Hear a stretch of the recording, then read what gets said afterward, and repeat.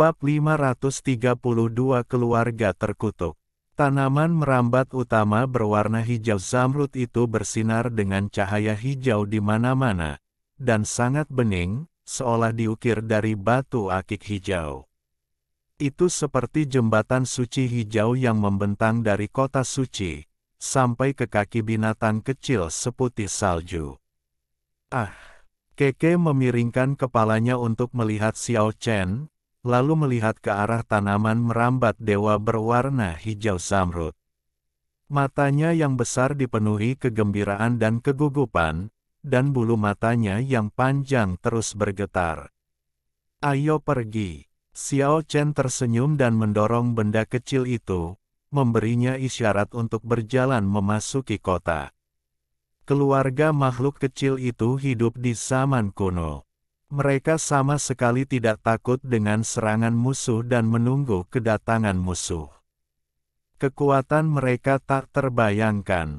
Namun bila dipikir-pikir lagi, hal itu lebih seperti menanti kedatangan generasi muda keluargamu daripada menanti datangnya musuh. Tunggu, aku Akita. Jin Sanyi tergagap lagi, mencoba mengikuti pohon anggur ilahi.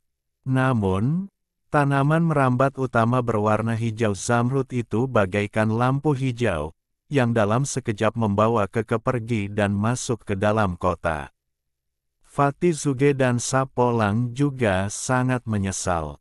Mereka terus menggosok tangan mereka di tempat, sambil agak mengeluh mengapa Xiao Chen tidak menindaklanjutinya. Xiao Chen dan teman-temannya terbang tinggi ke angkasa dan menyaksikan pemandangan di kota dari udara. Mereka memiliki pandangan jelas tentang segalanya.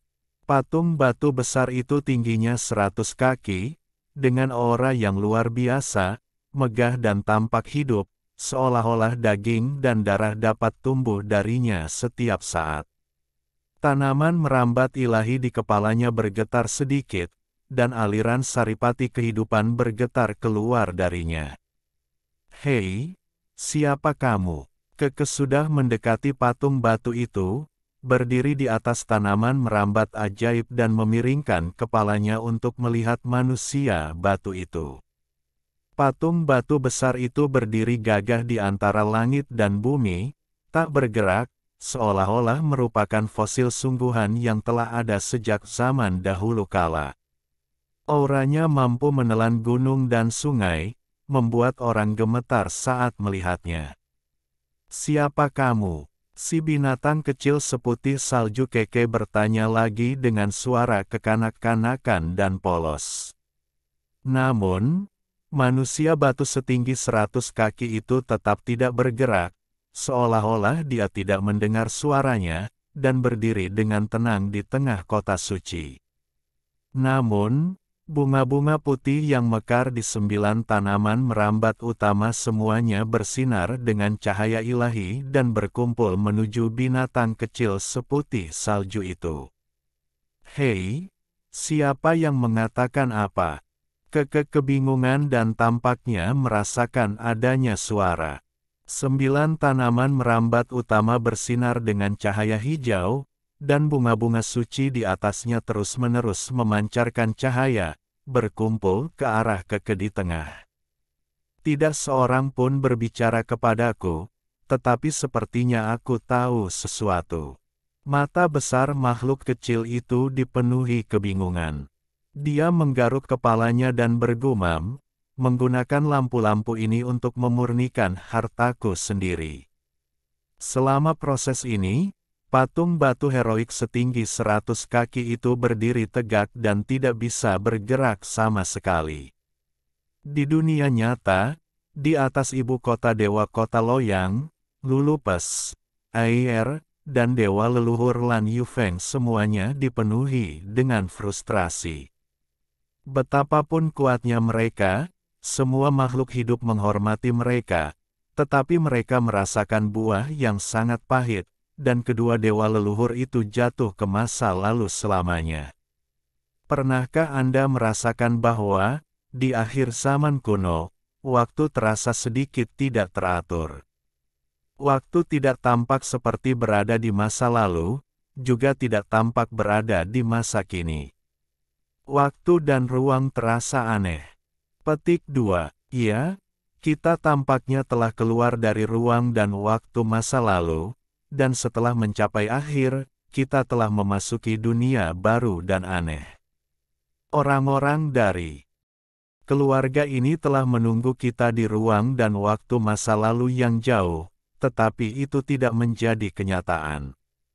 Saya khawatir tubuh asli mereka belum hancur, dan mereka telah tiba di ruang dan waktu yang aneh itu, diam-diam menunggu penyusup. Sementara mereka bertiga berspekulasi, di luar angkasa yang tak diketahui selamanya, tiga sosok duduk bersila seperti fosil yang tidak bergerak entah berapa lama. Nafas masa barbar mengalir melalui tubuh mereka, seakan-akan sudah selalu sama sejak zaman dahulu kala, dan diam seperti batu. Klang! Pedang iblis hitam bergetar, tiba-tiba mengeluarkan cahaya dingin dan tajam, dan aura pembunuh mengguncang langit. Pedang hitam itu tampak mengeluarkan aura setan, berdenting dan darah mengalir di atasnya. Tidak seorang pun tahu berapa banyak darah yang telah diminumnya dari makhluk yang tak terhitung jumlahnya. Seseorang bahkan samar-samar bisa melihat sisa jiwa seorang lelaki kuat setingkat dewa leluhur yang tengah berjuang di dalamnya. Bang! Di arah lain, sebuah perisai kuno melesat ke atas, dan cahaya perisai langit abadi lembut dan indah. Namun saat ini, ia telah menjadi satu dengan langit dan bumi, seolah-olah dunia ini adalah tubuh aslinya. Kekuatan pertahanan terkuat telah diaktifkan, dan samar-samar dapat menekan seluruh dunia. Boom! Di kedalaman langit yang tidak diketahui, menara kuno setinggi 33 lantai setinggi langit berguncang, dan cahayanya panjangnya miliaran kaki. Di langit berbintang yang jauh, galaksi bintang meredup. Menara kuno yang mampu menekan 33 langit itu tampaknya telah hidup dan bangkit kembali. Kekuatan ilahinya terguncang, dan bahkan kehampaan di dunia abadi yang tidak diketahui pun menjadi tidak teratur. Tiga dewa leluhur tertinggi berada di wilayah yang berbeda. Walaupun sosok mereka tetap tidak bergerak, seolah-olah mereka telah berubah menjadi batu, pada saat ini semua harta mereka telah bangkit kembali. Terlebih lagi, pada saat ini, seberkas darah menyembur keluar dari tempat mereka duduk bersila. Tiga sinar cahaya darah datang dari arah yang berbeda, lalu berkumpul bersama dalam kehampaan. Fluktuasi kekuatan ilahi yang dahsyat itu begitu mengejutkan sehingga bahkan dewa leluhur dari dunia lain yang bergegas datang pun merasa ketakutan. Melihat dari jauh, tidak berani mendekat. Tiga sinar cahaya darah berkumpul membentuk seorang pria berdarah. Cahaya merah melesat ke langit, dan aura pembunuh menghancurkan galaksi. Kekuatan ilahi yang luar biasa sedang bergetar. Pada saat yang sama, pedang iblis, perisai langit abadi, dan menara kuno setinggi 33 lantai bersinar terang, dan miliaran cahaya ilahi semuanya berkumpul menuju manusia berdarah itu. Para dewa leluhur dari dunia lain di kejauhan terkejut. Mengekstraksi kekuatan suci dari harta karun tertinggi dengan cara ini sama saja dengan mengekstraksi darah kehidupan harta karun tersebut. 90% kekuatan suci dari tiga khazanah tertinggi dikuras habis dan disuntikkan ke tubuh lelaki berdarah itu. Pedang ajaib, perisai langit abadi, dan menara kuno setinggi 33 lantai meredup, seolah-olah mereka telah menjadi benda biasa. Para dewa leluhur dari dunia lain di kejauhan tahu bahwa pada saat ini, tubuh manusia berdarah itu setara dengan mengumpulkan tiga harta karun besar. Meskipun harta spiritual dewa leluhur tertinggi belum terintegrasi ke dalam tubuhnya, namun tidak jauh berbeda. Tiga dewa leluhur menciptakan manusia berdarah ini dengan esensi darah dan kesadaran ilahi mereka sendiri, lalu mengekstraksi kekuatan ilahi dari tiga harta besar dan menyuntikkannya ke dalam tubuhnya. Jelaslah mereka ingin menciptakan dewa pembunuh. Manusia darah yang kuat itu memandang dunia dengan kekuatan dan kekuasaan yang tak tertandingi. Auranya membuat sang dewa leluhur dari dunia lain yang jauh ketakutan, hingga ia merasakan hawa dingin di punggungnya. Pria berdarah itu menatapnya dengan dingin, melangkah ke langit berbintang, dan dengan satu kaki ia mendarat. Tidak ada yang tahu berapa banyak benda yang berubah menjadi abu. Begitu kuatnya hingga sedikit menakutkan. Sang pembudidaya dari dunia lain yang juga merupakan dewa leluhur sangat ketakutan. Raja pembantaian berdarah dingin ini diciptakan dengan pedang ajaib, perisai langit abadi, dan menara kuno yang melayang di sekelilingnya. Mereka sepenuhnya terkondensasi dari kekuatan jiwa tiga harta tertinggi dan sama mengerikannya dengan tubuh aslinya. Saat berikutnya, dia merobek saluran luar angkasa dan muncul di atas ibu kota. Di sini, Lulupes dan yang lainnya belum pergi. Saat mereka melihat lelaki berdarah itu, mereka tidak dapat menahan diri untuk tidak menggigil. Swiss. Lelaki berdarah itu memancarkan cahaya, memasuki istana bawah tanah kota Loyang, dan menghilang. Di akhir zaman kuno, di kota para dewa yang besar, mata besar dari binatang kecil seputih salju itu bersinar, dan banyak benda suci tergantung di sekitarnya, termasuk pedang kuno dengan kekuatan suci yang melonjak, gerbang sihir yang dalam, dan gelang yang dimurnikan dari bintang-bintang. Nilainya sulit diperkirakan. Langit dipenuhi dengan cahaya ilahi, dan harta karun besar tergantung di atas kota raksasa itu. Mengapa tidak ada hakikat spiritual? Gerutu makhluk kecil itu dengan nada tidak puas. Ledakan. 9 tanaman merambat utama tiba-tiba bergetar, dan cahaya hijau melesat ke langit, menutupi harta karun itu dalam sekejap.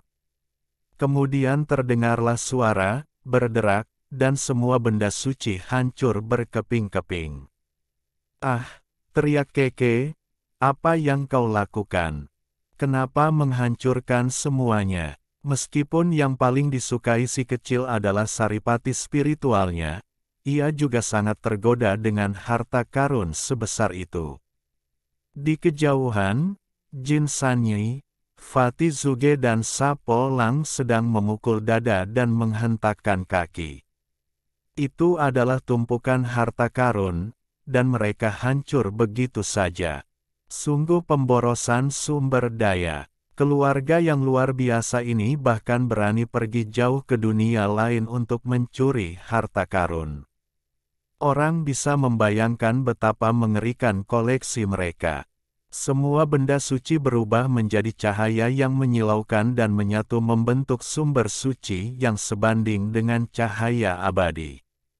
Manusia batu agung, setinggi 100 kaki, masih tak bergerak, namun Keke mendapat pencerahan dan berbisik, "Gunakan sumber dewa yang menyatu dari benda-benda ini untuk memurnikan harta karunku." Di belakang, Xiao Chen dan yang lainnya terkejut. Ini sungguh terlalu boros. Objek ilahi macam apa yang perlu dimurnikan untuk melakukan hal ini? Pada saat ini, Keke mulai bergumam lagi, "Tongkat rumput ayah, oh, aku masih ingat, apakah juga dimurnikan dengan cara ini?" Pingsan. Fatih Zuge dan Jin Sanyi memutar mata mereka dan merasa ingin pingsan. Tongkat jerami yang tidak mencolok yang jatuh ke mulut ayah terbuat dari titik lele energi ilahi yang begitu banyak. Ini sungguh tidak adil. Sebatang jerami yang patah ternyata memiliki asal-usul yang luar biasa. Beberapa orang bahkan merasa semakin kagum dengan keluarga yang luar biasa ini. Ayah Keke tidak pernah menunjukkan kekuatan tongkat jerami, tetapi orang bisa membayangkan kekuatannya yang mengerikan. Tunggu, beritahu aku dulu siapa dirimu, kalau tidak aku tidak akan melakukan ritual itu. Keke benar-benar mulai bertingkah seperti anak kecil, melirik patung batu besar itu dengan matanya yang besar. Dia adalah buyut-buyutmu. Sebuah suara lembut dengan sedikit daya tarik bergema pelan di kota para dewa. Mobile Suit yang muncul sebelumnya perlahan berjalan ke tembok kota dan mengatakan hal ini kepada Koko. Kamu berbohong. Saya tidak berbohong. Suara Keke terdengar sangat kekanak-kanakan, dengan ekspresi tidak percaya, dan dia berkata, lalu mengapa dia seperti ini? Dia sama sekali tidak sepertiku, dan sama sekali tidak tampan. Mengapa dia tidak bisa seperti ini? Mobile Suit itu tampak sangat stabil. Kau hanya berbohong. Kau sama sekali tidak sepertiku. Keke masih memiringkan kepalanya dan bertanya, tampak seperti dia tidak mempercayaimu. Sebuah desahan bergema lembut di kota para dewa yang besar, dan itu sebenarnya dibuat oleh patung batu besar. Mobile Suit itu tampak menyesal dan mendesah, lalu berkata, aku diciptakan oleh keluargamu, bagaimana mungkin aku bisa berbohong padamu? Hingga kini, hanya tersisa 3 jari dari keluargamu, dan kau hampir punah. Setelah mengatakan ini, dia berhenti sejenak, lalu berkata, kalian adalah ras terkutuk yang membuat surga iri. Kalian awalnya manusia, tetapi kemudian menjadi seperti sekarang. Ras terkutuk yang membuat surga iri. Begitu berita itu keluar, hal itu mengguncang langit dan bumi. Langit kuno berguncang dan bumi berguncang terus-menerus. Mendengar ini, Keke menatap patung batu besar di depannya dan berkata dengan serius, Xuanzu, mengapa kamu tidak berbicara? Manusia batu itu terdiam dan tak bergerak. Setelan bergerak itu berkilauan dengan kilau logam dingin di sekujur tubuhnya, dan berkata, kakek buyutmu telah mencapai saat kritis. Dia berada dalam kondisi tidak lahir maupun mati dan tidak dapat menanggapimu. Namun, dia seharusnya dapat merasakan bahwa kamu telah tiba. Makhluk kecil itu sedih sekaligus gembira, dan mengajukan banyak pertanyaan. Ia mengoceh dan mengatakan banyak hal kepada patung batu, bahkan bercerita tentang kebiasaan buruknya sendiri yang suka tidur larut dan mendambakan saripati spiritual. Akhirnya, Keke diam karena malu dan mulai menyempurnakan harta karunnya. Aku ingin menggunakan cangkang telur giok warna-warni tempatku dilahirkan sebagai bahan, tetapi aku tidak dapat menemukannya, gumam si kecil dengan bingung. Di belakang, Xiao Chen merasa malu. Cangkang giok warna-warni yang ditinggalkan Keke setelah ia lahir pada awalnya dikumpulkan olehnya dan disimpan untuk digunakan dalam mengonfirmasi identitas si kecil. Namun, selama malapetaka dewa palsu, bahkan tubuhnya hancur, dan semua barang di tubuhnya beterbangan. Tidak apa-apa, kamu bisa memanggilnya ke sini dan menahannya. Mobile Suit itu menanggapi. Benar-benar, makhluk kecil itu bertanya sambil memiringkan kepalanya. Memang, Mobile Suit itu menjawab. Kerang giok 7 warna, teriak si kecil ke langit.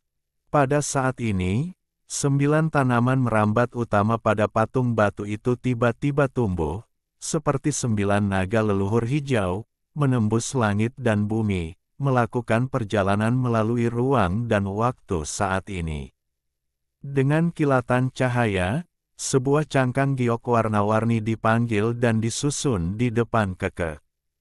Tak lama kemudian, seluruh kerang giok dari seluruh dunia dikumpulkan bersama. Mata Keke penuh dengan bintang-bintang kecil, dan gadis kecil itu sangat terikat dengan cangkang giok yang ditinggalkannya saat dia lahir. Apa yang ingin saya perbaiki? Makhluk kecil itu bergumam, ia harus mampu menampung seluruh dunia, menampung semua esensi spiritual. Di belakangnya, Xiao Chen memiliki garis hitam di dahinya. Apakah benda kecil itu akan memurnikan harta karun, atau apakah ia akan digunakan untuk memakan saripati spiritual? Dia mengingatkan, Keke, anggap saja serius. Aku tahu. Keke berbalik dan menjawab, dahulu kala aku tahu cara memurnikan harta karun itu dalam mimpiku. Sekarang aku hanya berpikir tentang bentuk pemurniannya dan bagaimana menyebutnya.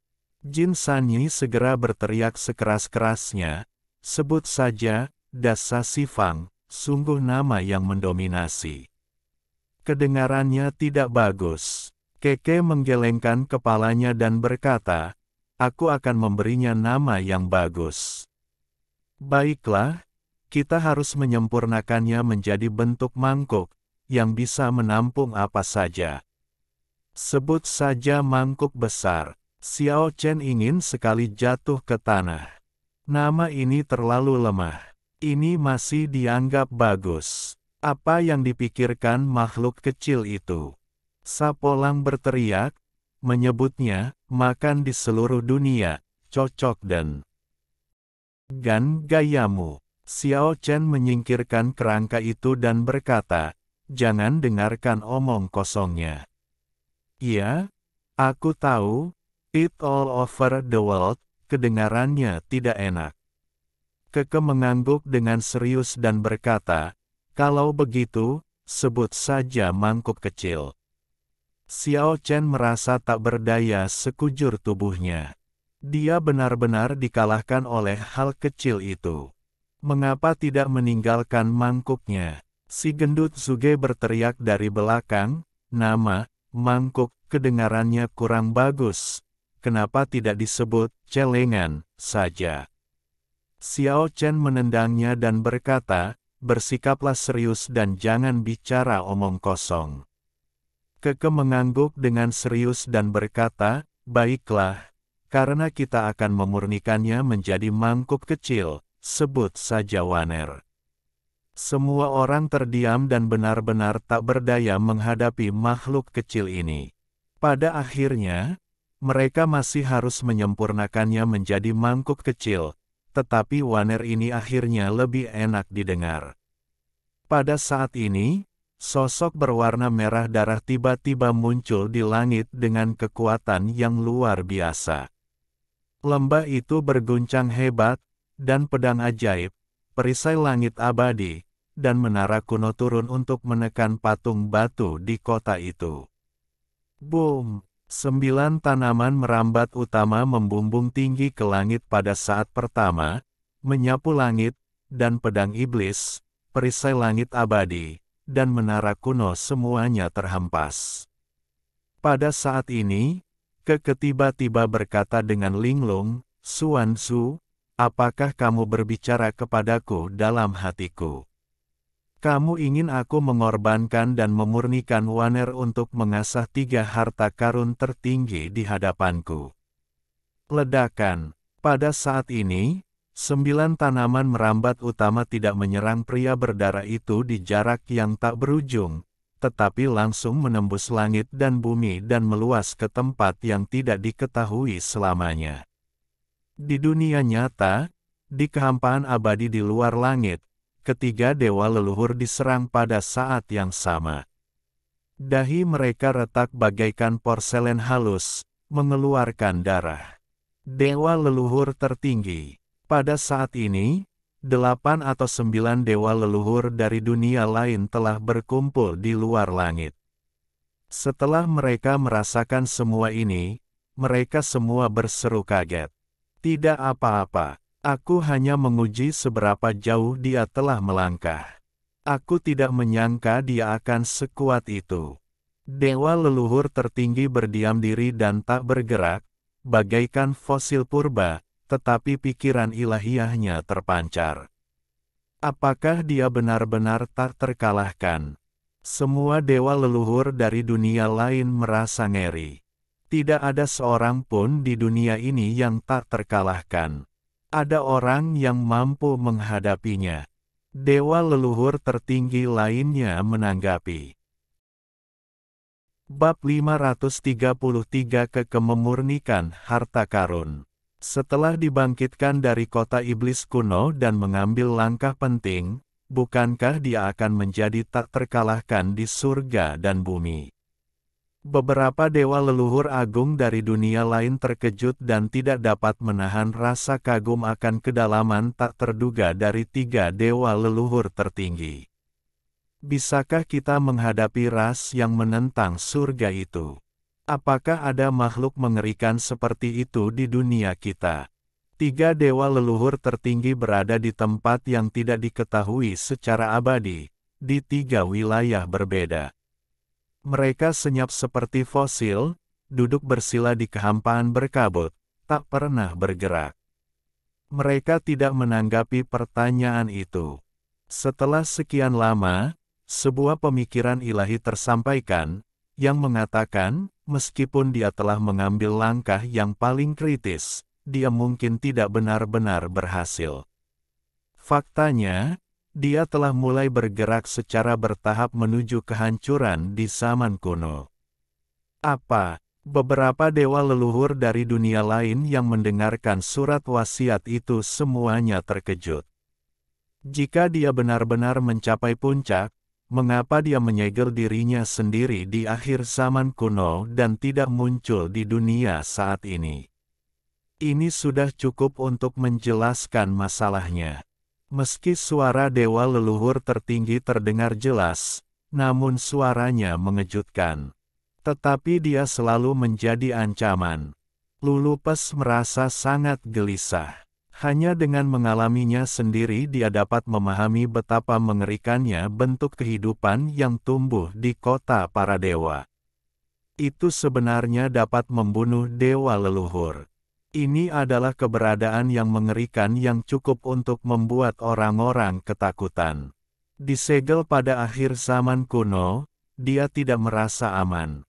Dewa leluhur tertinggi hanya mengungkapkan berita ini dan tidak mengatakan apa-apa lagi. Ini adalah ras yang seharusnya tidak ada di dunia ini. Ini adalah sesuatu yang diketahui semua dewa leluhur dari dunia lain, tetapi mereka masih merasa telah meremehkan potensi mengerikan klan Keke. Sepanjang sejarah kultivasi, keluarga ini hanya menghasilkan 3 atau 5 orang, tetapi masing-masing dari mereka sangat luar biasa, dan salah satu dari mereka bahkan mengambil langkah krusial itu, yang benar-benar sangat menakutkan.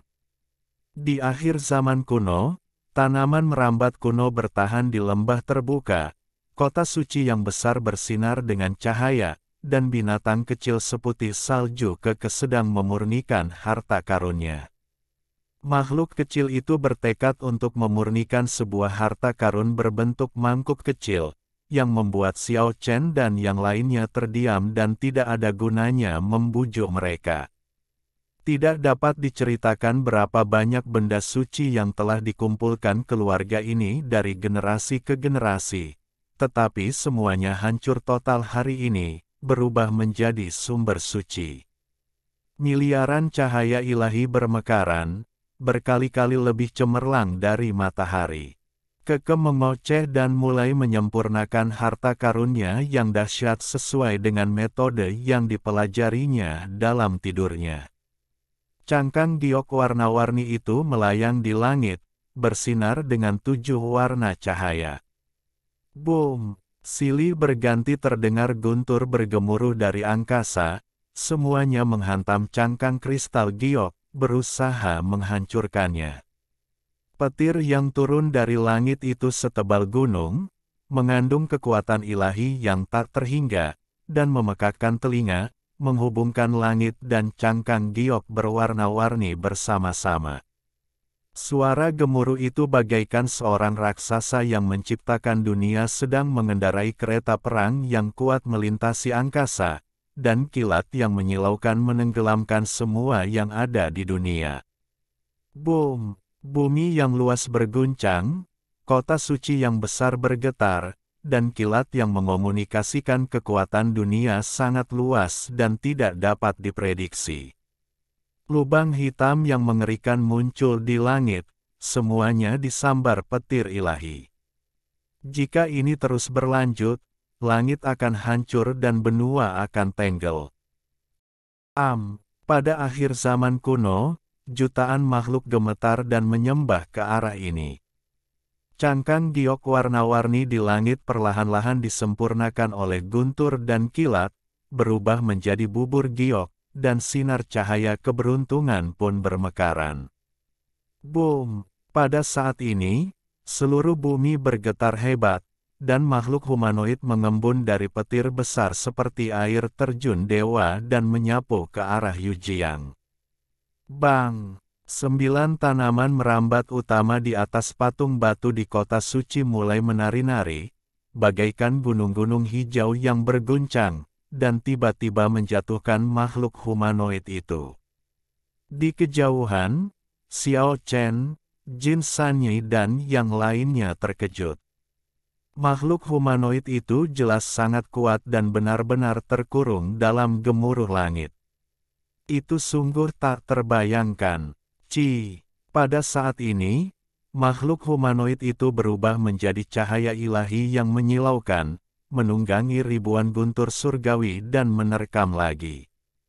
Boom! Guntur mengguncang bumi. 9 tanaman merambat utama menggulung ke atas, menarik semua petir ke bawah, dan menembakkan ribuan kaki petir ke dalam bubur batu giok. Keke yang sedang sibuk memurnikan, tiba-tiba terganggu oleh hal itu. Semua rambutnya yang putih seperti salju pun terurai dan berdiri tegak. Binatang kecil seputih salju itu melotot dengan mata terbelalak marah, seolah-olah menyalahkan kakek buyutnya karena telah bertindak begitu sembrono. Tak jauh dari situ, mobile suit itu bersinar dengan kilauan metalik yang dingin, dan tertulis, mengintegrasikan esensi guntur ke dalam harta karun dapat meningkatkan kualitasnya secara signifikan. Makhluk humanoid dalam kilatan petir setinggi ribuan kaki itu adalah saripati guntur yang lahir dan berkembang biak di langit dan bumi, yang sepenuhnya melebur ke dalam bubur batu giok. Binatang kecil itu sibuk dan cepat-cepat menyusun bubur batu giok itu menjadi bentuk mangkuk kecil. Guntur surgawi setinggi 10.000 kaki telah lenyap, dan surga nampak murka. Kilatan petir yang tak terhitung jumlahnya jatuh dari langit, setebal gunung, dan sepenuhnya menenggelamkan kota suci itu. Baiklah, jangan terburu-buru membentuk bayi, padukan semua sumber ilahi ke dalamnya. Mobile suit itu memberi instruksi. Keke melirik harta karun yang hancur di langit, dan cahaya yang menyala-nyala tiba-tiba muncul di matanya yang besar. Itulah sumber kekuatan ilahi yang terbentuk setelah banyak benda ilahi hancur. Kekuatan murni yang terkandung di dalamnya sungguh tak terbayangkan. Itulah hakikat banyak objek keagamaan. Setelah disempurnakan dan diintegrasikan ke dalam harta keke, bahkan sepotong besi tua pun dapat diubah menjadi harta karun tertinggi. Belum lagi cangkang giok 7 warna yang unik di dunia. Ia muncul di dunia ini bersama dengan binatang kecil penentang surga keke. Bisa dikatakan pilihan keke sangat tepat. Cangkang giok berwarna-warni adalah produk suci terbaik untuk memurnikan senjata. Tidak diragukan lagi bahwa cangkang giok warna-warni tingkat suci akan mengalami transformasi kualitatif setelah ditempa oleh guntur surgawi dan penggabungan esensi banyak objek suci. Keke tidak pernah bekerja sekeras ini seperti yang dilakukannya hari ini. Dia menggunakan seluruh keterampilannya untuk menyatukan sumber ilahi ke dalam mangkuk kecil yang hendak terbentuk. Tiba-tiba, tampak seperti ada 10 matahari di langit, dan cahayanya yang menyilaukan begitu terangnya sehingga mustahil untuk menatapnya secara langsung. Ini adalah proses menyaksikan keajaiban, harta karun suci yang ditakdirkan untuk tercatat dalam sejarah budidaya akan segera lahir. Pada saat ini, Keke memisahkan setengah dari beberapa sinar cahaya abadi di Paradise Lost dan mengorbankannya ke dalam harta karun. Boom! Cahaya yang menyala-nyala menerangi kota para dewa, dan sesaat-saat harta karun itu terbentuk, momentum patung batu itu sedikit tertekan. Waner hampir terbentuk, gumam Keke sambil menggerakkan kedua kaki kecilnya maju mundur, mengerahkan seluruh kekuatan suci dan kesadaran sucinya pada harta karun itu. Ketika ledakan keras terakhir terdengar, sumber ilahi sepenuhnya terintegrasi ke dalam mangkuk kecil, dan jutaan petir juga diserap ke dalam mangkuk kecil yang sehalus batu giok. Terlebih lagi, pada saat ini, bayi yang baru lahir mulai dengan panik menyerap esensi dari segala arah, dan bahkan dengan paksa menjarah guntur dari langit. Petir yang tadinya berhenti, menyambar lagi, kali ini bagaikan terjun bebas ke jurang tak berdasar, dan lenyap di telan mangkuk kecil warna-warni itu. Di belakang, Jin Sanyi hampir meneteskan air liur dan ingin merebut mangkuk kecil itu. Harta karun ini sangatlah dahsyat dan dapat disebut sebagai harta karun tertinggi. Waner, berhasil dikorbankan. Kita baru saja melihat sekilas betapa dahsyatnya hal itu. Oh, pengorbanan Waner sudah berakhir. Keke tidak bisa melepaskannya dan terus membalik-baliknya untuk melihatnya.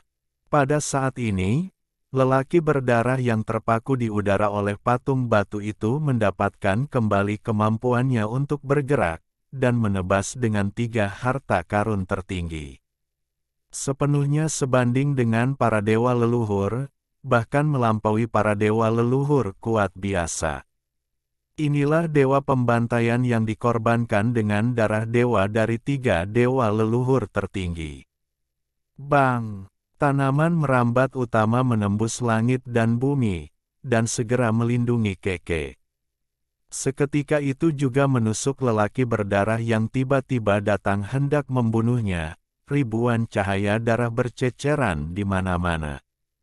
8 tanaman merambat utama lainnya terbang menembus udara, menekan semua cahaya darah, lalu bergetar hebat, kekuatan suci yang dahsyat pun runtuh, dan manusia darah yang kuat itu pun hancur berkeping-keping. Di kejauhan, Xiao Chen terkejut. Kekuatan macam apa ini? Sangat mungkin untuk membunuh orang kuat setingkat dewa leluhur. Pedang iblis yang tidak bisa dihancurkan, perisai langit abadi yang kuno dan berat, menara kuno yang dapat menekan 33 surga, 3 harta tertinggi yang terkondensasi dari kekuatan ilahi, turun. Jelaslah bahwa 9 tanaman merambat utama telah membiarkannya pergi dengan sengaja, untuk menggunakan 3 harta karun tertinggi guna mengasah harta karun yang baru saja disempurnakan Keke. Sua Keke memperlihatkan ekspresi yang sangat serius dan melemparkan harta karun yang baru disempurnakan itu ke langit. Ribuan cahaya ilahi bermekaran, ini adalah pertarungan harta karun yang mewah. Keke menggunakan kekuatan suci di Paradise Lost sebagai dukungan untuk mendukung harta karun yang baru disempurnakannya.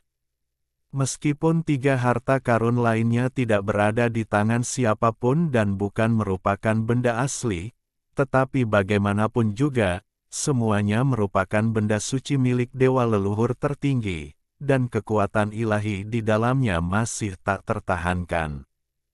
Pada akhirnya, 9 tanaman merambat utama keluar lagi dan menekan kedua harta karun itu. Dengan cara ini, Harta yang dikorbankan Keke mampu menekan pedang iblis. Sempurnakan pedang iblis itu dan integrasikan ke dalam harta karunmu. Mobile Suit di sebelahnya mengingatkan. Setelah pertarungan harta karun yang alot, dengan bantuan 9 tanaman merambat dewa, Keke melebur semua kekuatan dewa dari 3 harta karun tertinggi ke dalam harta karunnya sendiri. Ketika semuanya tenang, Keke terbang meninggalkan kota suci dengan gembira. Jin Sanyi dan yang lainnya berkumpul untuk menyaksikan harta karun yang luar biasa itu. Xiao Chen memegangnya di telapak tangannya dan merasakan sensasi hangat. Bentuknya lebih menyerupai cangkir air kecil daripada mangkuk batu giok berwarna-warni, atau bahkan gelas anggur. Namun secara relatif, mangkuk itu memang merupakan mangkuk kecil ketika dipegang di tangan Keke. Bening sekali, bagaikan gelas bercahaya untuk minum anggur, hangat dan jernih, bersinar dengan cahaya warna-warni. Yang paling lucu adalah ada beberapa bunga plum berwarna-warni di atasnya. Setelah diamati lebih dekat, itu sebenarnya adalah jejak kaki kecil berwarna-warni, yang merupakan tanda unik Keke. Dan di dasar mangkuk terdapat ukiran yang jelas, seolah-olah Keke yang berwarna-warni dan polos tersegel di sana. Melihat Xiao Chen dan yang lainnya tertawa, Keke tiba-tiba merasa malu dan bergumam pelan, ini untuk membuktikan kalau itu adalah harta karunku. Simpan saja untuk aku minum di masa depan, haha. Kembalikan padaku.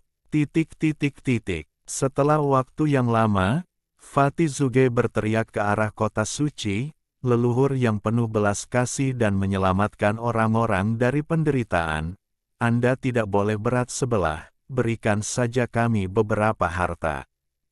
Kota ilahi yang besar itu sunyi, dan patung batu setinggi 100 kaki itu berdiri tegak.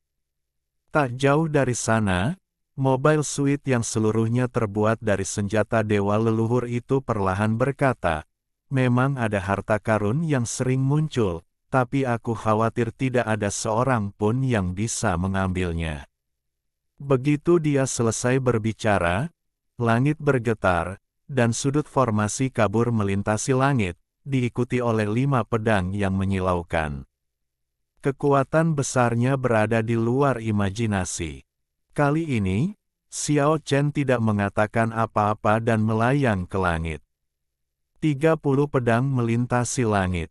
Diagram formasi yang rusak itu menyatu dengannya dan mengejar ke arah sudut diagram formasi itu. Pada saat yang sama, Keke mengorbankan hartanya.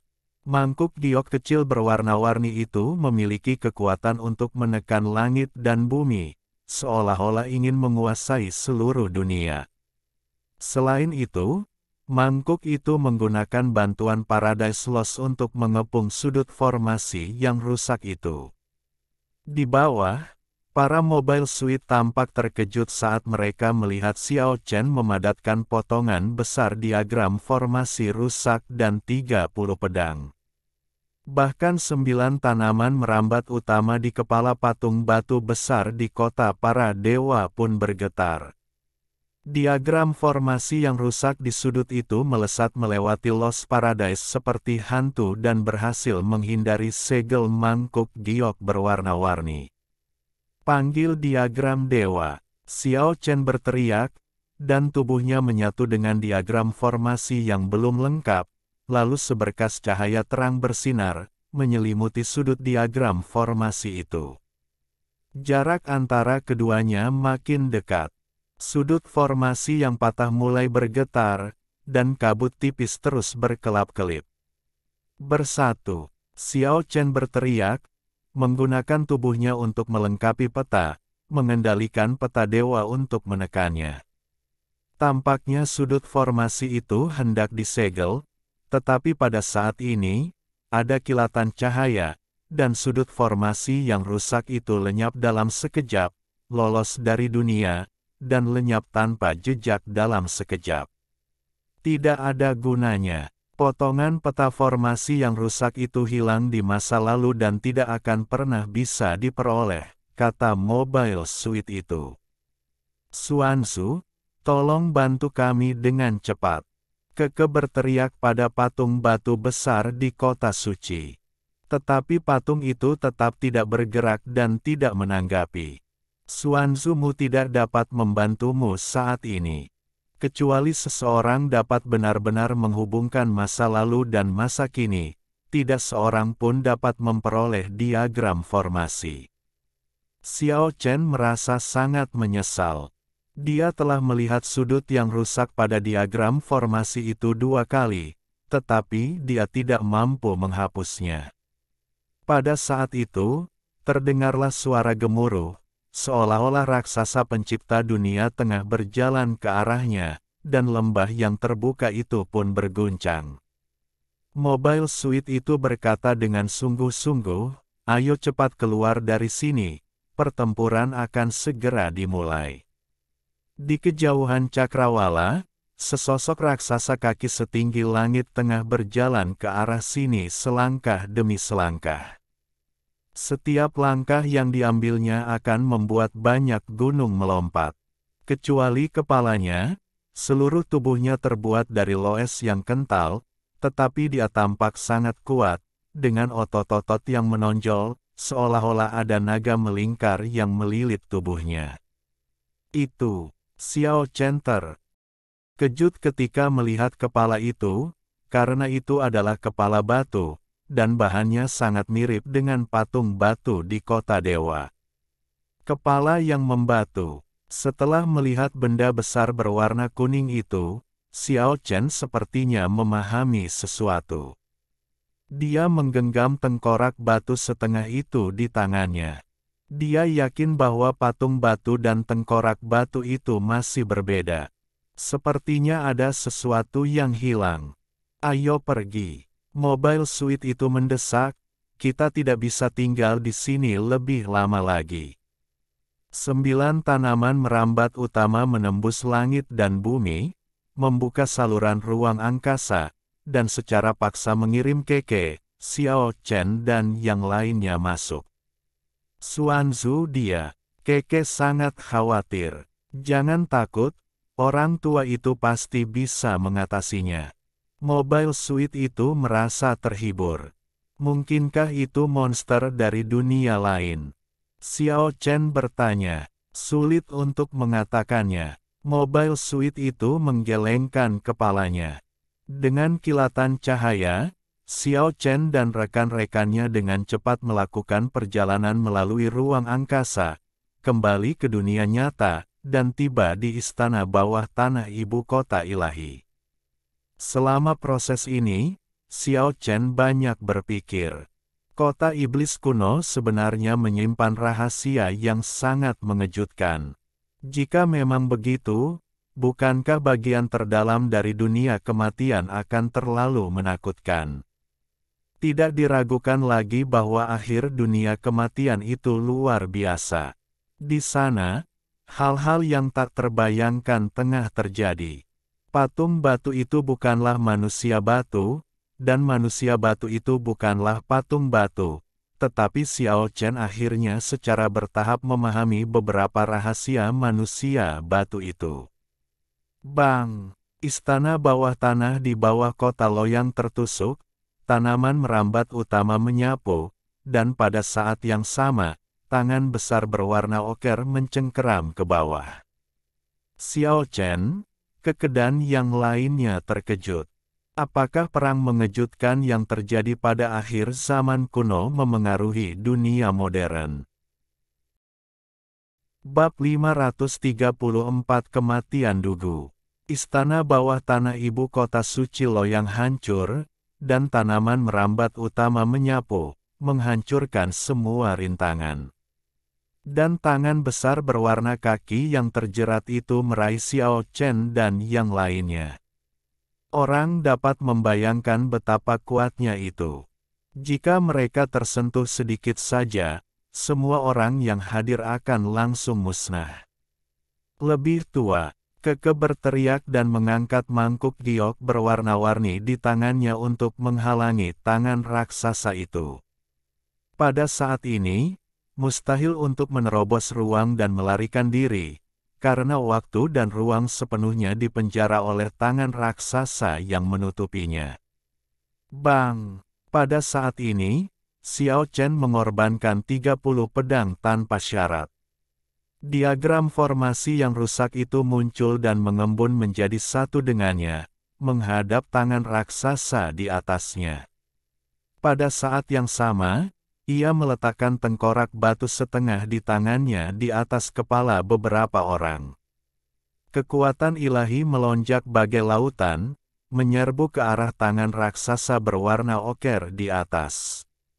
Tetapi telapak tangan yang mengerikan itu seberat 1 miliar pon dan mustahil untuk ditahan. Suasana hening dan waktu serta ruang menjadi hancur, menyebabkan samudera kekuatan ilahi yang luas runtuh seketika dan menekan lurus ke bawah. Ia hendak bersentuhan dengan diagram formasi yang rusak dan harta karun keke. Tidak peduli apakah mereka dapat menangkisnya atau tidak, Xiao Chen dan yang lainnya pasti akan menderita kerusakan berat karena kekuatannya terlalu kuat. Baik Xiao Chen maupun Keke, diagram formasi dan harta karun mereka mungkin cukup kuat, tetapi tubuh mereka jauh dari kata sekuat itu. Cahaya hijau melesat ke angkasa, dan tanaman merambat utama mendekat dan melilit tangan raksasa berwarna oker itu, bergetar hebat. Cahaya ilahi melesat ke langit, seketika menghancurkan waktu dan ruang, lalu perlahan menarik tangan raksasa itu menjauh. Pada saat ini, kekosongan itu tiba-tiba terbuka, dan tangan kaki raksasa lainnya berkelebat dan meraih ke arah Xiao Chen. Jelaslah bahwa target sebenarnya adalah diagram formasi yang rusak, dan dia ingin merebutnya. Kecuali Xiao Chen yang terkondensasi dengan diagram formasi, bahkan Keke tidak dapat bergerak, dan semua orang terpaku dalam kehampaan. Di akhir zaman kuno, monster itu mengarahkan pandangannya pada Xiao Chen, ingin merebut diagram pedang kental itu. Tidak ada pilihan lain kecuali Xiao Chen hanya bisa menanggungnya.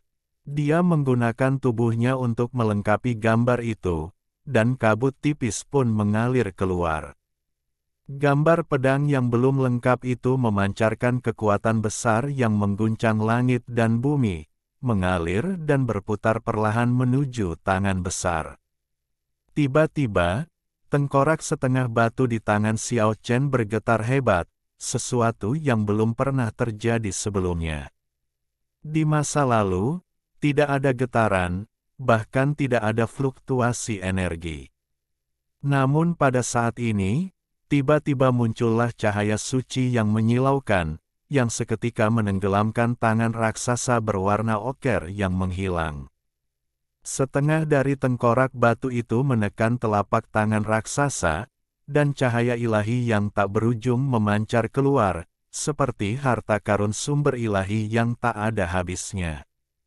Terlebih lagi, separuh tengkorak batu itu terbang ke angkasa, terus-menerus bertabrakan dengan tangan besar berwarna oker itu. Raungan amarah itu datang dari langit kuno, menjelajah ruang dan waktu, begitu luasnya hingga keluar dari tanah ibu kota Dewa Kota Loyang dan mengguncang seluruh Kyushu. Pada saat ini, diagram formasi yang tidak lengkap, kabur dan redup, memancarkan kekuatan untuk menekan dunia, juga berputar ke arah tangan raksasa kaki.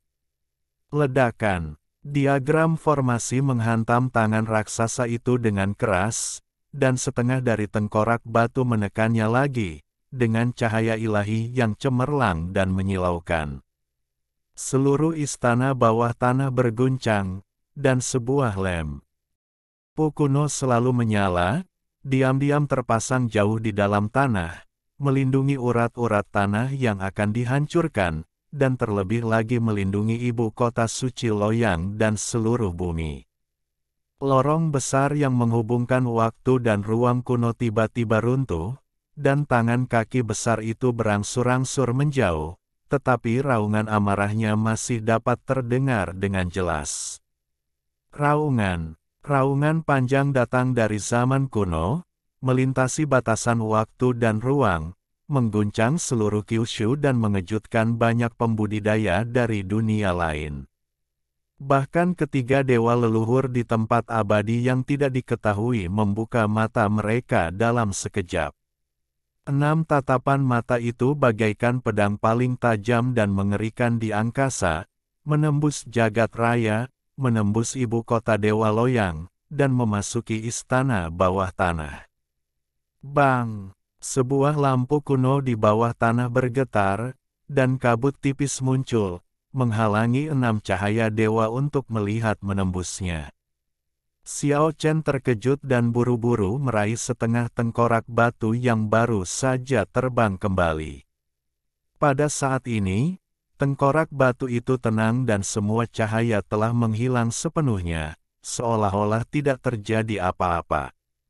Waktu dan ruang kuno kabur dan saluran ruang angkasa yang rusak akan tertutup sepenuhnya. Pada saat ini, raksasa mengerikan yang terbuat dari Loes itu tiba-tiba melihat ke sana. Melalui lorong angkasa yang hendak menutup, orang dapat melihat dengan jelas mata dingin di kepala raksasa yang membatu itu. Begitu mengerikannya, bahkan seseorang sekuat Xiao Chen merasakan hawa dingin di punggungnya. Benar saja, raksasa berwarna oker itu tengah menatapnya, atau bisa dikatakan ia tengah menatap diagram formasi yang rusak dan separuh tengkorak batu. Hal ini membuat Xiao Chen merasa gelisah. Rasanya sangat buruk menjadi sasaran monster ini. Dia tidak tahu apa yang akan terjadi di masa mendatang. Bang! Di akhir waktu dan ruang kuno, 9 tanaman merambat utama menggulung langit dan bumi, menjerat raksasa itu dalam sekejap, dan dengan demikian memutus waktu dan ruang. Pemandangan di sisi itu lenyap sepenuhnya. Di istana bawah tanah kota Loyang, sebuah lampu kuno tergantung di sana dengan tenang, dan cahaya redup bersinar jauh di bawah tanah. Xiao Chen membawa semua orang dan segera melakukan perjalanan kembali ke dunia kematian. Saat dia muncul di kapal perang Zujun, dia akhirnya merasa lega. Dia tidak tahu mengapa, tetapi raksasa yang terbuat dari Loes dan hanya memiliki kepala batu, memiliki mata yang begitu dingin sehingga dia merasa kedinginan ketika memikirkannya. Inilah tekanan dan ketakutan yang bahkan para dewa leluhur dari dunia lain tidak dapat menjatuhkannya. Pada saat itu, Xiao Chen tidak meninggalkan kapal perang Zujun. Dia duduk bersila di atasnya dan segera mulai mengarahkan semua pikiran spiritualnya ke tengkorak setengah batu itu. Manusia batu itu sungguh terlalu misterius baginya. Saat pertama kali bersinggungan dengan prajurit batu dan kemudian dengan manusia batu, tampak banyak hal yang bersinggungan dengan manusia batu tersebut. Akan tetapi, tidak peduli seberapa kuat indera keilahiannya, dia hanya dapat menjelajahi tengkorak setengah batu. Itu kosong dan tak bergerak, tanpa sedikit pun fluktuasi kekuatan ilahi di dalamnya, apalagi kesadaran. Segala yang ada di dalam tengkorak setengah batu, yang seukuran telur merpati, dapat dieksplorasi. Tampaknya diukir dari batu biasa. Bahkan dengan indera keilahian Xiao Chen yang kuat, dia tidak dapat menemukan sesuatu yang aneh. Gunakan tubuhku untuk melengkapi peta, dan peta dewa akan muncul. Xiao Chen mengerahkan segenap kemampuannya, duduk bersila di kapal perang Zujun, dengan 30 pedang tergantung terbalik di sekitarnya. Cahaya menerobos awan kelam di langit, dan cahaya ilahi menembus langit. Sebuah diagram formasi yang tidak lengkap muncul, mengembun menjadi satu dengannya, dan berputar perlahan-lahan. Dia ingin menggunakan kekuatan diagram formasi untuk menjelajahi rahasia tengkorak batu. Pedang-pedang berdenting di mana-mana, dan cahaya suci menembus langit, sementara di dalamnya hanya ada kabut tipis. Xiao Chen dan diagram formasi berputar perlahan, dengan setengah tengkorak batu dipegang di telapak tangannya, di tengah diagram dewa. Dengan bantuan diagram formasi yang rusak, Xiao Chen tiba-tiba memiliki perasaan yang berbeda. Tengkorak batu yang setengah itu tampak seperti sepotong langit, dalam dan tak berujung. Tiba-tiba, tulang batu yang tenang itu menjadi kabur, menghilang dari ujung jarinya dalam sekejap, dan muncul di tubuhnya pada saat berikutnya. Seperti halnya manusia batu tahun itu, ia duduk bersila di dalam tubuhnya. Dia sedang duduk bersila. Bagian yang hilang itu dibuat dengan cahaya yang kabur, dan separuh tengkorak batu terkondensasi di atasnya. Diagram formasi yang tidak lengkap itu bergetar terus-menerus, dan suatu kekuatan misterius menyelimuti Xiao Chen. Sekali lagi dia menggunakan indera keilahiannya untuk menyelidiki ke arah tengkorak manusia batu itu. Boom! Pada saat ini, guntur terdengar di telinganya, dan kemudian dia merasa seluruh tubuhnya membeku, dan baju besi batu tebal muncul di luar tubuhnya. Ah! Keke berteriak di sampingnya. Jin Sanyi dan yang lainnya juga terkejut. Mereka mendapati Xiao Chen ketakutan. Pada saat ini, kondisinya sangat mirip dengan kondisi saat 24 pedang menembus tubuhnya untuk menghalangi dewa leluhur berubah menjadi patung batu. Seluruh tubuhnya membeku menjadi batu dan berubah menjadi patung batu, tetapi ukurannya jauh lebih kecil daripada sebelumnya. Retak, armor batu itu bergetar, dan Xiao Chen berdiri. Dia tidak bisa bergerak seperti sebelumnya. Sekarang dia bebas dan bisa bergerak sepenuhnya. Namun, tubuhnya sangat kaku, seolah-olah ada gunung tak berujung di punggungnya, membuatnya merasakan tekanan kuat. Xiao Chen melambaikan tangannya, meraih Mori Tiange yang dipegang Jin Sanyi di tangannya, dan mengayunkannya ke tubuhnya. Percikan api, klang, berterbangan di mana-mana, tetapi senjata suci leluhur ini tidak merusak tubuhnya. Dasar orang mesum, Fatih Zuge dan lainnya sangat terkejut. Xiao Chen juga sangat terkejut. Dengan sebuah pikirannya menjauh dari tengkorak batu, dan baju besi batu di sekitar tubuhnya tiba-tiba menghilang. Menyegel diriku sendiri dapat melindungi tubuhku, tetapi gerakanku juga akan melambat. Jika aku dapat menggunakan ini untuk menjebak musuh. Xiao Chen memikirkannya dan merasa bahwa itu tidak terlalu realistis. Setelah tinggal di dunia kematian hanya beberapa hari, Xiao Chen dan Keke kembali ke Jiushu lagi. Tentu saja, mereka tidak membawa Fatih Zuge dan yang lainnya kali ini, karena mereka tidak dapat membantu saat ini. Terakhir kali mereka datang hanya untuk memenuhi keinginan mereka. Peristiwa besar di dunia lain akan segera dimulai, dan Xiao Chen berencana untuk diam-diam menyelamatkan banyak biksu yang dipenjara sebelum itu. Dia ingin membuat keributan besar di konferensi itu. Setelah kembali ke Jiushu, Xiao Chen masing-masing memasuki dunia keabadian, dunia kultivasi, dan dunia jiwa, dan menemukan bahwa semua kultivator di ketiga dunia ini telah ditangkap dan dipenjarakan di pulau-pulau seberang laut Jiushu. Hanya situasi di alam kutukan yang rumit dan belum runtuh, karena terlalu banyak relik di dunia ini. Konon para dewa leluhur pun enggan menginjakkan kaki di banyak tempat dengan mudah. Ada formasi terlarang kuno yang tertinggal, dan sebagian besar tempat tidak berpenghuni.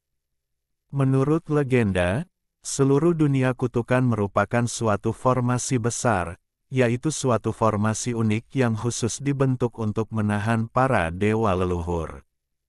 Oleh karena itu, meskipun para dewa leluhur dari dunia lain dapat mendominasi segalanya di sini, mereka tidak bersedia tinggal di sini untuk waktu yang lama. Banyak biksu yang melarikan diri datang ke dunia ini. Itu hanya formasi terlarang kecil. Apa kau benar-benar berpikir kau bisa melakukan apapun pada pembangkit tenaga listrik tingkat dewa leluhur? Perkataan dari pembangkit tenaga listrik tingkat dewa leluhur mengguncang seluruh area dan dapat terdengar jelas di seluruh dunia kutukan. Kalau begitu, mari kita lanjutkan pelaksanaan rencana pemusnahan yang ditargetkan. Orang ini adalah Leng Xingyi, dewa leluhur dunia alien. Selama lebih dari 30 tahun, dia bertanggung jawab untuk menghancurkan formasi raksasa di dunia kutukan yang menggunakan seluruh benua sebagai sumber formasi. Selama 30 tahun terakhir, tidak seorang pun tahu berapa banyak pendeta yang bersembunyi di dunia kutukan yang telah dibunuh olehnya. Tentu saja, tugas terpentingnya bukanlah membunuh para pendeta, tetapi menghancurkan sepenuhnya formasi terlarang yang tersisa dari era peradaban sebelumnya. Meskipun dia berkata dia tidak peduli, tidak semudah itu untuk benar-benar menghancurkan formasi tak tertandingi yang dapat melukai dewa leluhur. Dunia alien tidak ingin menghancurkan dunia ini, jadi dia hanya bisa menghancurkan formasi itu dengan sabar. Formasi raksasa kelas dunia, dengan alam semesta sebagai sumbernya tidak memiliki efek apapun bagi para praktisi biasa, dan mereka juga menjadi bingung dan bodoh saat berada di dalamnya. Namun, orang-orang kuat setingkat dewa leluhur tidak berani menganggapnya enteng. Begitu mereka masuk, jika formasi besar diaktifkan, kemungkinan besar mereka akan terjebak. Alam kutukan memiliki penampilan primitif. Daerah yang luas ditutupi dengan hutan lebat. Di banyak tempat, gunung-gunungnya setinggi langit dan menjulang hingga ke awan. Di beberapa tempat, ada jurang tak berdasar, yang mengubur peninggalan misterius. Cahaya ilahi yang cemerlang menerangi langit dan bumi, langsung menghancurkan gunung menjadi abu, dan cahaya pedang yang tak terhitung jumlahnya melesat ke langit di sana. Terlihat jelas ratusan pria berpakaian abu-abu sedang memegang pedang besi besar di kedua tangan dan menebas ke arah Leng Xingyi. Cahaya ilahi yang cemerlang memadat bersama, yang bahkan menggerakkan dewa leluhur. Akan tetapi, sekadar dipindahkan tidak menimbulkan ancaman.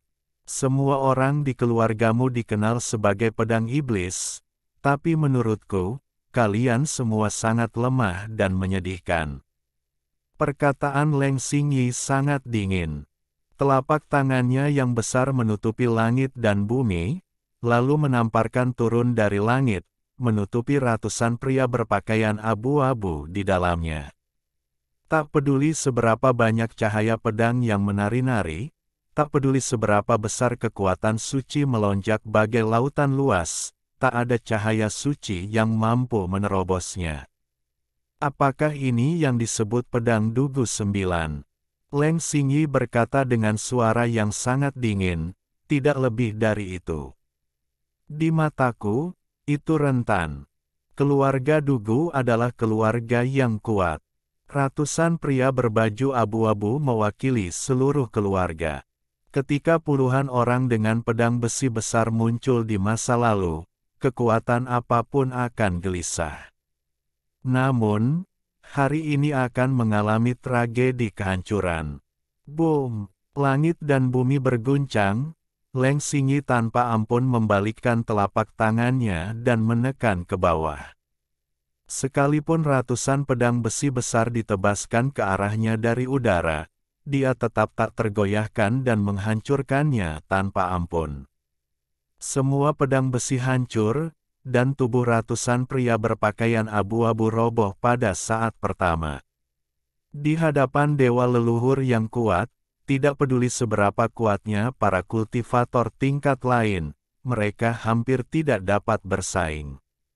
Ratusan orang dari keluarga Dugu berteriak sedih, "Leluhur tua, di mana kamu?" Keluarga Dugu akan menjadi bagian dari masa lalu.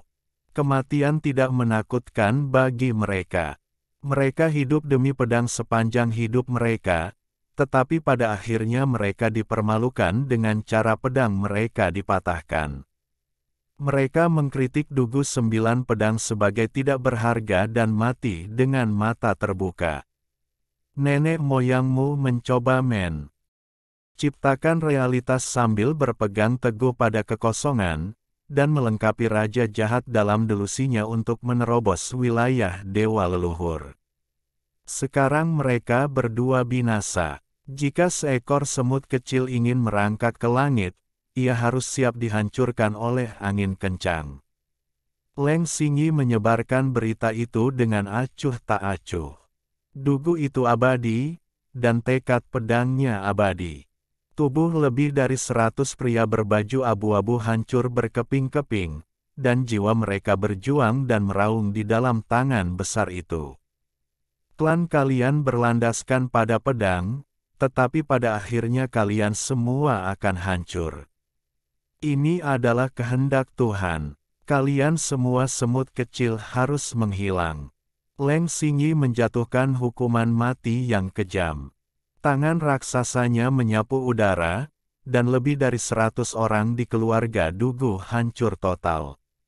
Di tengah-tengahnya, cahaya pedang dingin melesat ke langit, sambil masih berseru sedih, Dugu itu abadi, dan pedang itu akan abadi. Sungguh disayangkan sebuah keluarga dimusnahkan oleh leluhur yang sakti dari dunia lain. Di hadapan dewa leluhur, tidak peduli betapa agungnya seorang pria kuat di masa lalu, dia tidak dapat menahan satu pukulan pun. Ingin menyalurkan niat pedangmu. Sayang sekali, kau bahkan tidak punya kesempatan ini. Leng Xingyi menghela napas dan mengarahkan jarinya ke langit. Jari mengejutkan milik dewa leluhur. Dang, tidak benar-benar mematahkan cahaya pedang, tetapi malah membuat getaran sedih yang mengguncang dunia. Menarik, aku tidak pernah menyangka bahwa pikiran manusia bisa sekuat itu. Pikiran itu disublimasikan tanpa batas pada saat-saat terakhir kehancuran, mengembun menjadi bunga yang begitu indah, niat pedang yang menakjubkan dan pamungkas. Leng Xingyi berseru. Dia mengulurkan tangannya ke depan, mencoba menangkap cahaya pedang. Itulah sublimasi roh yang tak terbatas, sublimasi akhir dari niat pedang semua elit garis keturunan Dugu. Bahkan para dewa leluhur pun merasa takjub. Potensi manusia tidak terbatas. Pada saat-saat terakhir ini, ketika kematian sudah mendekat, niat pedang dari 100 lebih pria berpakaian abu-abu dari keluarga Dugu mencapai titik ekstrim, mengembun menjadi pedang yang luar biasa ini. Namun, ini adalah tragedi.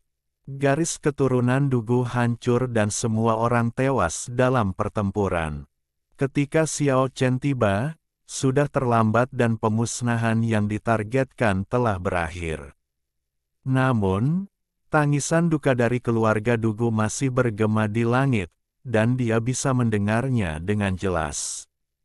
Daun-daun yang gugur beterbangan di udara, dan di gunung-gunung serta sungai-sungai yang hancur, bekas-bekas pedang yang mengerikan merekam semangat pantang menyerah dan keengganan keluarga Dugu, dan kelopak-kelopak bunga yang jatuh berantakan meratapi kematian klan ini. Xiao Chen tidak pernah menyangka bahwa keluarga yang begitu agung dan berkuasa akan hancur seperti ini. Ini pasti bukan yang terakhir, dan saya khawatir lebih banyak sekte akan mengikuti di masa mendatang. Pada saat ini, Xiao Chen tidak mengatakan apa-apa, dia langsung menggunakan diagram formasi dan menyerang secara tiba-tiba. Diagram formasi berkabut menekan dunia kutukan, dan kekuatannya yang besar menjebak semua arah. Leng Xingyi, sebagai dewa leluhur, berada dalam kondisi kesehatan yang baik dan prima, jadi wajar saja jika ia tidak mungkin diserang secara tiba-tiba. Namun, saat ia mendapati dirinya dikelilingi oleh formasi yang rusak, ia benar-benar kehilangan kemampuan bergerak untuk beberapa saat. Engah, dia memaksakan diri untuk menerobos dan menghindari titik-titik vital, namun salah satu lengannya hancur oleh diagram formasi bagaikan kayu lapuk, lalu menghilang di angkasa bagaikan debu, dan kabut darah mengepul. Bang! Dalam sekejap, lengan baru tumbuh. Leng Xingyi menatap Xiao Chen dan Ke dengan mata dingin dan kejam, dan berkata dengan dingin, "Semut, kalian mencari kematian." Akan tetapi, apa yang ia dapatkan sebagai tanggapan masih berupa diagram formasi yang tidak lengkap. Leng Xingyi langsung terkepung di tempat, hawa pembunuhan yang tak berujung menggigilkan dirinya sampai ke tulang. Pertarungan antara Xiao Chen dan Dewa Leluhur dunia asing pecah lebih cepat dari jadwal. Leng Xingyi tiba-tiba diserang, dan pedang di tangannya terbang ke langit, lepas dari kendalinya. Dugu itu abadi, dan tekad pedang itu abadi. Raungan menyedihkan ini menyebar ke seluruh dunia kutukan dan mengguncang seluruh benua. Di daerah terpencil tak berpenghuni, sebuah gunung tiba-tiba runtuh. Dugu Jianmo, yang telah menghilang selama bertahun-tahun, dengan rambut hitam acak-acakan, melolong ke langit dan membubung ke angkasa. Niat pedang abadi, cahaya pedang yang menyilaukan, dan raungan sedih dari ratusan pria berpakaian abu-abu saat mereka dihancurkan, semuanya muncul di depan mata Dugu Jianmo. Dugu itu abadi, dan tekad pedangnya abadi. Iblis pedang Dugu meraung ke arah langit. Cahaya pedang abadi tiba-tiba menembus tubuhnya. Dugu, Dugu. Pada saat ini, iblis pedang Dugu yang dingin dan keras itu menangis terseduh-seduh. Air mata dan darahnya mewarnai pakaiannya menjadi merah. Ah! Dugu Jianmo mematahkan pedang besinya dan berlari di pegunungan primitif, meraung seperti binatang buas. Dugu Jianmo gila. Dalam waktu yang sangat singkat, rambut hitam panjangnya berubah menjadi putih semua, berkilauan seperti salju putih. Ribuan mil jauhnya, Xiao Chen bertarung melawan dewa leluhur dari dunia lain. Dugu Jianmo telah menjadi gila 7 kali hanya dalam 1 jam. Akhirnya, ia melompat ke jurang tak berdasar, Million Man Pit, yang legendaris. Legenda mengatakan bahwa dalam sejarah peradaban terakhir, puluhan juta biksu terbunuh di sini, hanya untuk mematahkan formasi dunia kutukan yang tak tertandingi. Saudara-saudari, silakan pilih dukungan dan ajukan tiket rekomendasi.